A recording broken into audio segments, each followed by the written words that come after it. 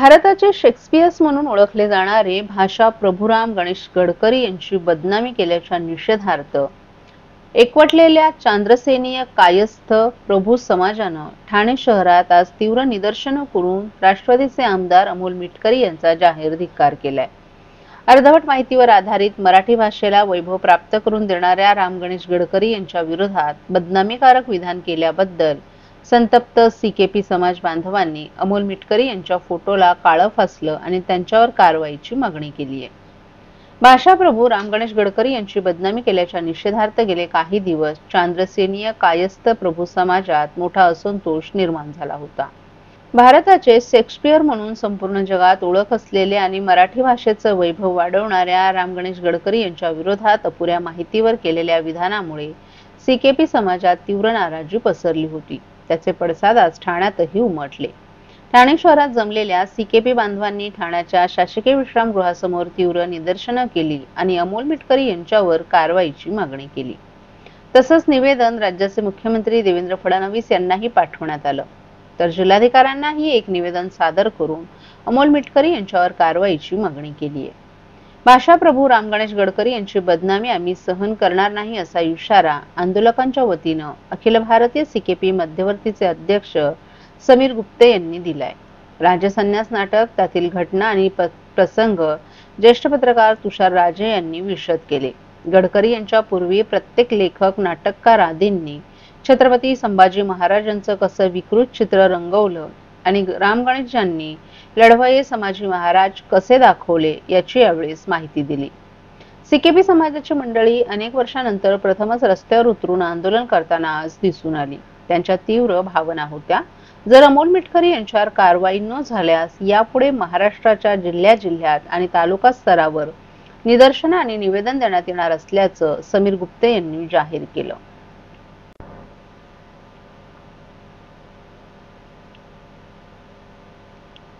ठाणे महापालिका क्षेत्रातील नागरिकांच्या समस्या जाणून घेण्यासाठी शिवसेना शिंदे गटाच्या वतीनं आनंद आश्रमात जनसंवाद उपक्रमाचं आयोजन करण्यात आलं होतं।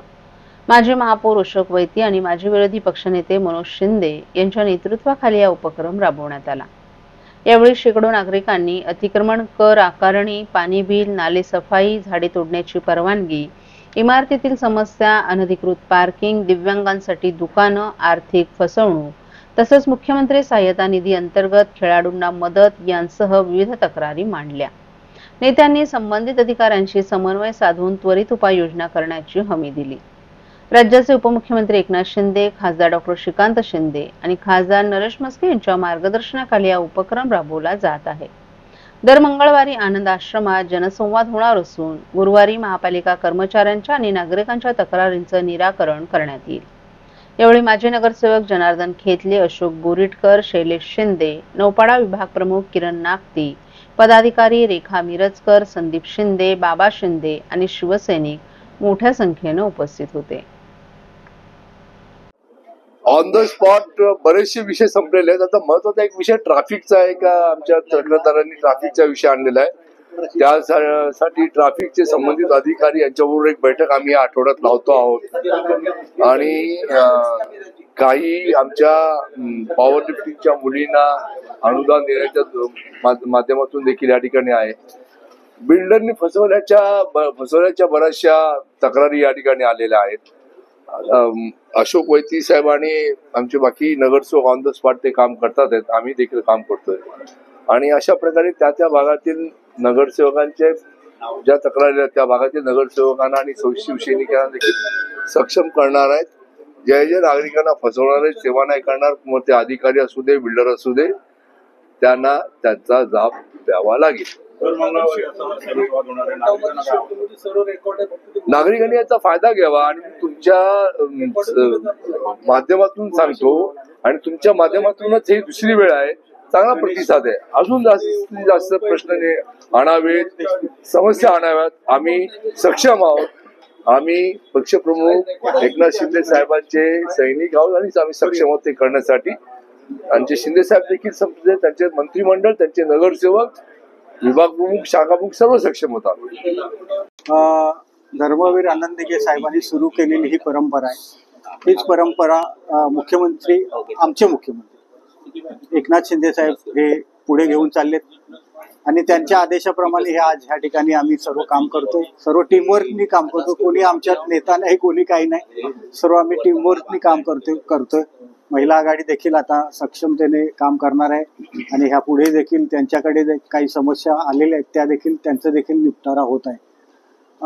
आपण पाहिलं असेल की बाहेर देखील आणि इथे देखील पाहिलं की बऱ्याचशा समस्या आपल्यापर्यंत आलेल्या आहेत. काही समस्या तात्काळ फोन करून तिथल्या तिथे सोडवण्याचा प्रयत्न, नाही तर मग आता फक्त ऐकायचं आणि नंतर उद्या या परवा असं नाही. ज्या समस्या आज सुटतायत त्या बऱ्यापैकी आम्ही तात्काळ सोडवतोय. काही समस्या महापालिकेच्या समस्या असतील त्या गुरुवारी आपण महापालिकेत बसणार आहोत.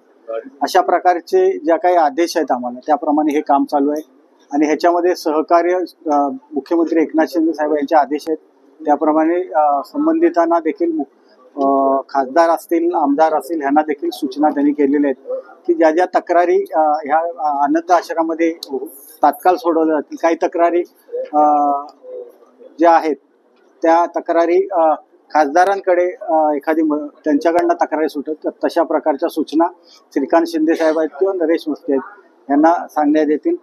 महाराष्ट्रातील भगिनींना आधार देणारी राज्य शासनाची मुख्यमंत्री माझी लाडकी बहीण योजना. या योजनेअंतर्गत अल्प उत्पन्न गटातील 21 ते 65 वयोगटाच्या भगिनींना मिळणार दरमहा 1500 रुपयाची मदत. अर्ज करण्यासाठी 31 ऑगस्ट 2024 पर्यंत मुदतवाढ. कुटुंबाचं वार्षिक उत्पन्न 2.5 लाख रुपयांपेक्षा कमी असलेल्या महिला पात्र. कुटुंबाकडे पिवळं किंवा केशरी रेशन कार्ड असल्यास उत्पन्नाचा दाखला आवश्यक नाही. पांढरं रेशन कार्ड असेल किंवा रेशन कार्ड नसेल तर कुटुंबाचं वार्षिक उत्पन्न 2.5 लाखांपेक्षा कमी असल्याचा दाखला आवश्यक. योजनेसाठीचा ऑनलाईन अर्ज नारी शक्ती दूत ॲपवरून किंवा पोर्टलवर भरता येईल. ज्या भगिनींना ऑनलाईन अर्ज भरता येत नसेल त्यांच्यासाठी अंगणवाडी, ग्रामपंचायत, वॉर्ड ऑफिस, सेतू सुविधा केंद्रामध्ये किंवा आशाताई बचत गटाच्या CRP यांची मदत उपलब्ध. आता आपल्याला अभिमानानं म्हणता येईल, सुखी आणि सुरक्षित आहे माझी लाडकी बहीण.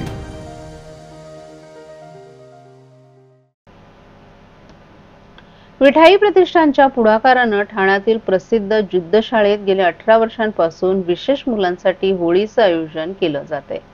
यावर्षीही विठाई प्रतिष्ठानने या खास उत्सवाचं आयोजन केलं होतं, जेथे विविध कलाकार आणि दिग्दर्शकांनी हजेरी लावून विशेष मुलांसोबत होळी साजरी केली.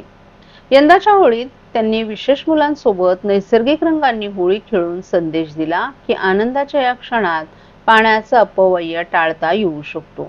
या कार्यक्रमात विठाई प्रतिष्ठानचे अध्यक्ष अभिजित चव्हाण यांनीही सहभाग नोंदवला आणि या खास उत्सवातील आयोजनाची प्रशंसा केली. हा कार्यक्रम आम्ही गेल्या 18 वर्षांपासून आयोजित करत आहोत आणि प्रत्येक वर्षी हा अधिकाधिक उत्साही बनत चालल्याचं अभिजित चव्हाण यांनी सांगितलं. विशेष मुलांसाठी आनंदाचे एक क्षण त्यांच्या आयुष्यातील अविस्मरणीय क्षण असतात. या कार्यक्रमात सहभागी झालेले विशेष मुलं आणि त्यांचे पालकही या आयोजनाबद्दल उत्साही दिसून आले. नैसर्गिक रंग आणि पाण्याचा विचारपूर्वक वापर या कार्यक्रमाचं वैशिष्ट्य ठरले. या उत्सवामुळे न केवळ विशेष मुलांना आनंद मिळाला तर समाजातील प्रत्येकाला एक महत्त्वपूर्ण संदेशही मिळाला की सण साजरे करताना पर्यावरणाचं रक्षण कसं केलं जाऊ शकतं. काय सांगाल, दरवर्षीप्रमाणे विठाई प्रतिष्ठानच्या वतीने जिद्द शाळेमध्ये होळी आपण साजरी करतात, काय सांगाल, काय उद्दिष्ट आहे? विठाई प्रतिष्ठान सामाजिक संस्था या माध्यमातून जिद्द धर्मवीर आनंद हिगे शाळा या विशेष शाळेमध्ये गेले 18 वर्ष आणि हे 19वे वर्ष आहे की मुलांना या रंगाचा आनंद मिळण्यासाठी आणि ही होळी खेळल्यानंतर इको फ्रेंडली रंगांनी ही होळी खेळल्यानंतर मुलांच्या चेहऱ्यावर जे आनंद बघायला मिळतो तोच खरा आमच्या जीवनाचा आनंद आहे. खऱ्या अर्थाने गेले 6 महिन्यापासून विद्यार्थी ही होळी कधी येणार याची आतुरतेने वाट बघत असतात. मी ठाणे महानगरपालिकेचे सुद्धा आभार मानतो की या शाळेमध्ये सातत्याने गेले 18 वर्ष ही होळी आम्हाला साजरी करायचा त्यांनी परवानगी दिली. अशीच या होळीचे जसे रंग आहेत तसे यांच्या आयुष्यात सुद्धा अनेक रंग आहेत आणि ही होळी खेळल्यानंतर याचा आनंद हा यांच्या डोळ्यामध्ये तुम्हाला काही वेळांनी बघायला मिळेल. परमेश्वर यांच्या सगळ्या इच्छा आकांक्षा पूर्ण करू दे आणि यांना या कार्यक्रमातून भरपूर आनंद मिळू दे एवढीच मी ईश्वरचरणी प्रार्थना करतो आणि उत्तरोत्तर हा कार्यक्रम महापालिकेने आम्हाला साजरा करण्यासाठी परवानगी द्यावी एवढीच मी आई तुळजाभवानीच्या चरणी प्रार्थना करतो. यंदा सेलिब्रिटी नाहीयेत. वागळे स्ट्रीटमधील सीपी तलाव परिसरात कचरा हस्तांतरण केंद्राला नागरिकांचा विरोध असल्यानं महापालिकेनं कचरा उचलणं बंद केले। त्यामुळे संपूर्ण परिसरात कचरा कोंडी निर्माण झाली असून गेल्या 3 दिवसांपासून नागरिकांना दुर्गंधीचा सामना करावा लागतोय।